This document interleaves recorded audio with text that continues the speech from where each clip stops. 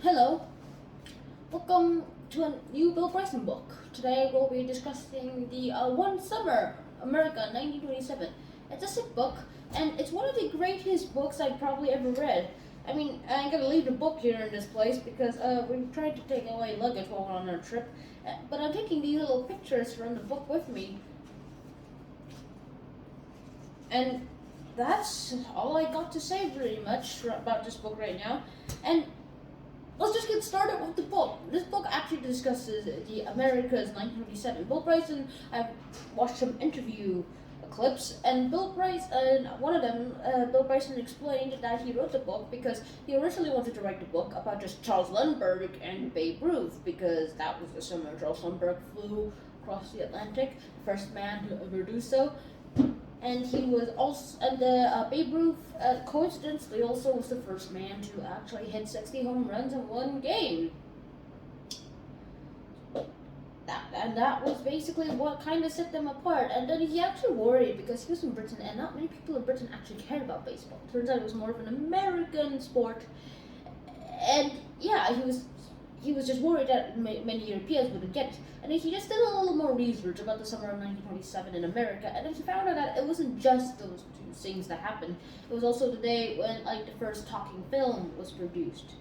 It was also the time when Al Capone was at his height of his reign of terror. It was it was also the birth of TV, the actual invention of the TV itself, the flooding of the Mississippi, and the guy who actually fixed it all, and lots of writers too. Also the time when this guy wrote Tarzan of the Apes. You might know that guy who was an English infant who was left in the African jungles to be raised by apes, but however teaches himself how to read because he's racial, his race, white color, at least according to the book. And I'm not talking about this book, I'm talking to the Tarzan of the Apes. Because of that, he's able to teach himself how to read. Well, apes are stupid, he's trying to tell us. Well, that's pretty much how that summer is. The summer of 1927 may be one of the liveliest summers of America, because America this time was great. It starts off in, obviously, the start of the summer, in May, and the title is called The Kid. There's obviously a prologue too, but however, let's just talk about the summer only. And that kid is Charles Lindbergh. He flew in May to cross the Atlantic, and he had some things to do too during the time. Also, it was the time when Walt Disney actually created Mickey Mouse.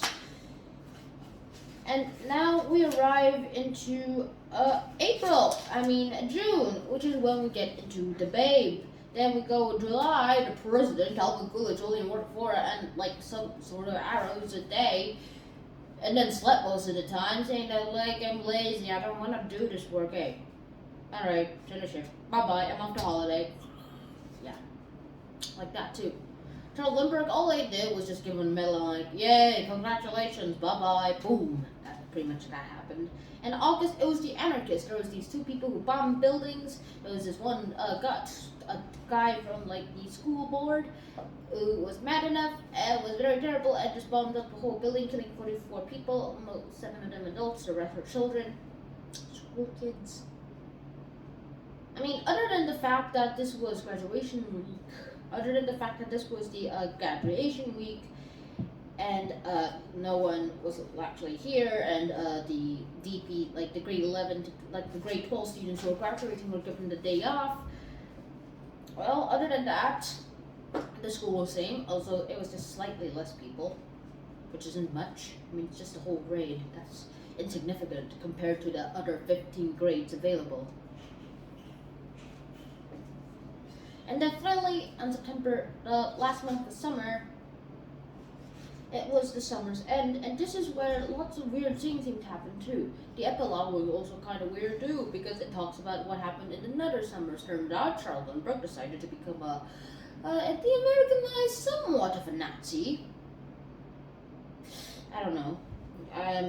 The Americans saw him as that. I don't know what to make of him, to be honest. I still see him as an American hero or a Nazi. I don't even think he's a Nazi, to be honest. criticize me on that if you want to, but yeah. I mean, he was sympathizing with the Nazi ideas, but I kind of get it.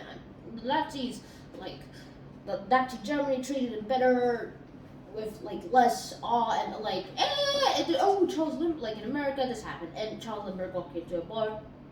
Charles Lindbergh, everyone shot and tried to grab him and stuff. I mean, it was and in Nazi Germany, if he went from the bar, people would just like, hey, it's Charles Lindbergh and stuff, but don't run after him and things, and don't go wild around him. I mean, when he, like, went for a flight 4 days after his American tour, and, like, a runway, and by chance and by coincidence, 20 girls were there at the same time, and the girls went all over him. Charles Lindbergh was mad, and I can probably see why he would like Nazi Germany more than his hometown of America.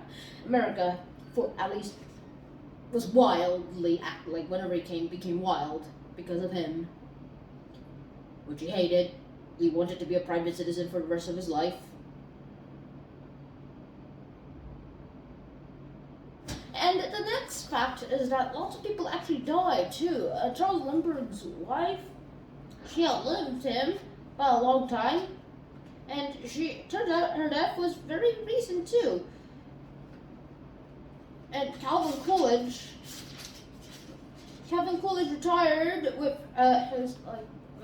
with the First Lady Grace to a rented house in Northampton, Massachusetts, and he actually became a member of that place, a member of the board of the New York Life Insurance Company, and he basically lost all his wealth.